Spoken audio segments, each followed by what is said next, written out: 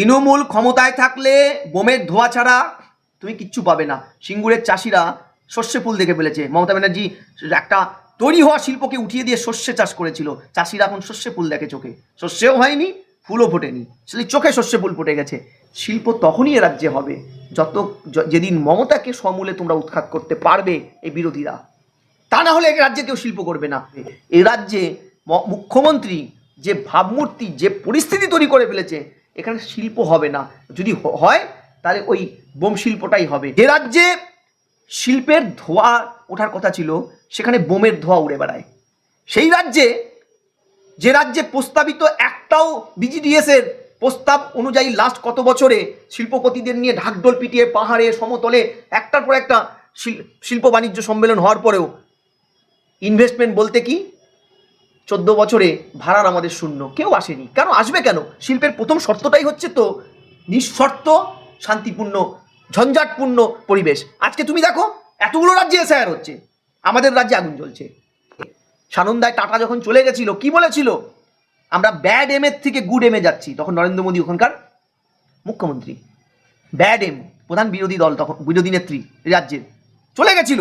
সেই চলে যাওয়াটা শুধু টাটা চলে যাওয়া নয়, বাঙালির হৃদয়, বাঙালির মস্তিষ্ক থেকে দ্বিতীয়বার, একবার মানেদের হাত ধরে, আরেকবার এই সোনার বাংলার থেকে আরেকবার শিল্প বিদায় হয়েছে এবং বার্তা গেছে শিল্পপতিদের কাছে যে এ রাজ্যে এই ধ্বংসাত্মক রাজনৈতিক কার্যকলাপ বা ক্ষমতা যতদিন থাকবে ততদিন এমুখ শিল্প আনলে বিপদ তাদের।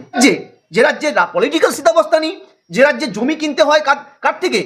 আরাবুল, শওকাত, অনুব্রতদের কাছ থেকে, সে রাজ্যে শিল্প হবে? একটি রাজ্য যে রাজ্যে নির্ঝঞ্ঝাট কোনো পরিবেশই নেই, শিল্পের কোনো উত্তম পরিবেশই নেই, শুধুমাত্র বাতেলাবাজি, শুধুমাত্র তোলাবাজি। প্রধানমন্ত্রী নরেন্দ্র মোদী আসছেন সিঙ্গুরে।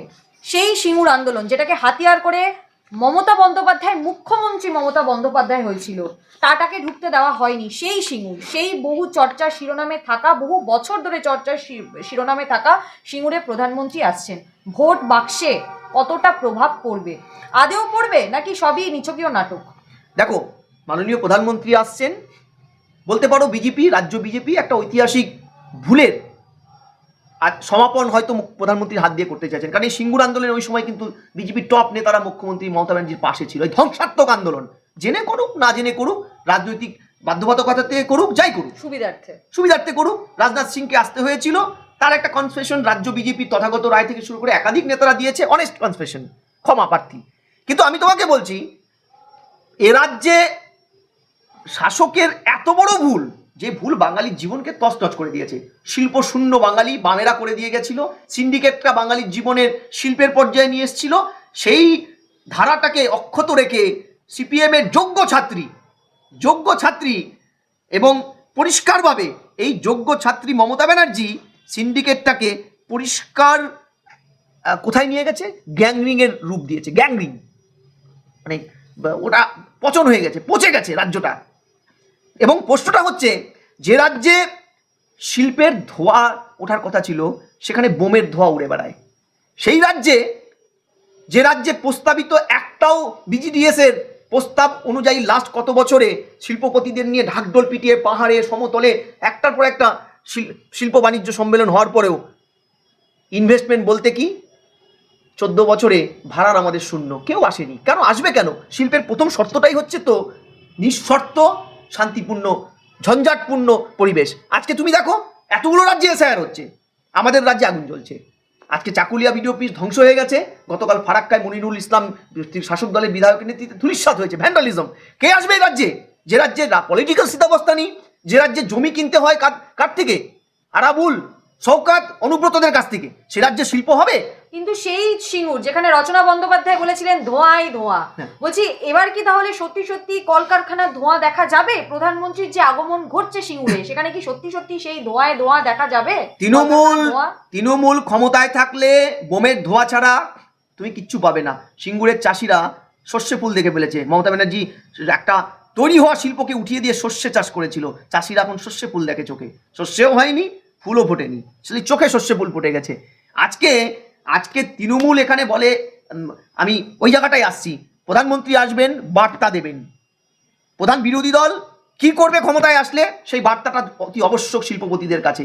সমালোচনা করলে হবে না তাদের, তারা বার্তা দেবে আমরা আসলে শিল্পের জন্য আমরা কি করব, কি করে সিন্ডিকেট নষ্ট করে দিয়ে এখানে সিন্ডিকেট শিল্পটাকে ভেঙে চুরমার করে শিল্পের উত্তম পরিবেশ আনবো, বাংলায় বাংলার হুত গৌরবকে আমরা ফিরিয়ে আনবো। এইটা বার্তা দেওয়া যেমন প্রধানমন্ত্রীর মাধ্যমে জরুরি ছিল, কারণ প্রধানমন্ত্রীর দলটি হচ্ছে এখানে প্রধান বিরোধী দল। দ্বিতীয়, শিল্প তখনই এ রাজ্যে হবে যেদিন মমতাকে সমূলে তোমরা উৎখাত করতে পারবে এই বিরোধীরা, তা না হলে এই রাজ্যে কেউ শিল্প করবে না। ওর প্রতিশ্রুতি দেবে, দেখো নি জলপাইগুড়িতে টাটার একটি অ্যাক্সিলারি ইন্ডাস্ট্রি, রেলকে সাপ্লাই দেয়, 3000-এর উপরে লোক কাজ করে, কিভাবে ভ্যান্ডালিজম করেছে, পুলিশ চাপে পড়ে এফআইআর করে দুটোকে অ্যারেস্ট করেছিল বোধহয় 3 মিনিটের মধ্যে ছেড়ে দিয়েছে। অর্থাৎ একটি রাজ্য, যে রাজ্যে নির্ঝঞ্ঝাট কোনো পরিবেশই নেই, শিল্পের কোনো উত্তম পরিবেশই নেই, শুধুমাত্র বাতেলাবাজি, শুধুমাত্র তোলাবাজি। মমতা ব্যানার্জি ক্ষমতায় এসেছিল কীভাবে? ফ্রিঞ্জ এলিমেন্টের দিয়ে। তো এই ফ্রিঞ্জ এলিমেন্টের কাল্টিভেট করে তিনি এখন পদে বসে আছেন। তিনি বারবার বলেন আমার ভালো ছেলে চাই না, বখাটে ছেলে চাই। ফলে যেটা হচ্ছে, এই বখাটেরা তো আর তোমার সোনার ফসল ফলাবে না, ইন্ডাস্ট্রি করতে দেবে না। তাই সেক্টর 5-এ ইনফোসিস আসলে বিশ্ববঙ্গ সম্মেলনে পুলিশকে না বলে মমতা ব্যানার্জি শওকত মোল্লাকে বলতে হয় প্রকাশ্যে, তুই দেখিস শিল্পটা যাতে থাকে। অর্থাৎ এই শিল্পপতিরা বোঝে কোথায় তাদের মূল্যবান টাকাটা ইনভেস্ট করলে শিল্পটা থাকবে।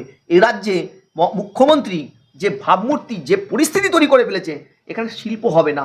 যদি হয় তাহলে ওই বোম শিল্পটাই হবে। আর যে বলে না মাঝে মধ্যেই তারা নাকি ক্ষুদ্র শিল্পে ভারতবর্ষের সেরা, আমি তোমায় বলছি সেখানেও চিরিংবাজি তৃণমূলের।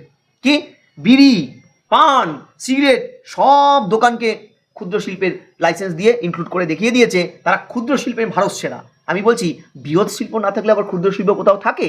সানন্দায় টাটা যখন চলে গেছিল কি বলেছিল, আমরা ব্যাড এমের থেকে গুড এমে যাচ্ছি। তখন নরেন্দ্র মোদী ওখানকার মুখ্যমন্ত্রী, ব্যাড এম প্রধান বিরোধী দল, তখন বিরোধী নেত্রী রাজ্যের, চলে গেছিল। সেই চলে যাওয়াটা শুধু টাটা চলে যাওয়া নয়, বাঙালির হৃদয়, বাঙালির মস্তিষ্ক থেকে দ্বিতীয়বার, একবার মামেদের হাত ধরে, আরেকবার এই সোনার বাংলার থেকে আরেকবার শিল্প বিদায় হয়েছে। এবং বার্তা গেছে শিল্পপতিদের কাছে যে এ রাজ্যে এই ধ্বংসাত্মক রাজনৈতিক কার্যকলাপ বা ক্ষমতা যতদিন থাকবে ততদিন এমুখ শিল্প আনলে বিপদ তাদের। কারণ দিনান্তে শিল্পের প্রথম লজিকটাই তো প্রফিট, বটম লাইন পলিসিটাই তো তাই, যো দিকতা হয় ওই বিকতা হয়, যা দেখা যায় তাই বিক্রি হয়। তুমি যদি এখানে বোমের ধোঁয়া দেখাও তাহলে কেউ শিল্পের ধোঁয়া দেখাতে আসবে না তোমার কাছে, এটাই বাস্তব সত্য।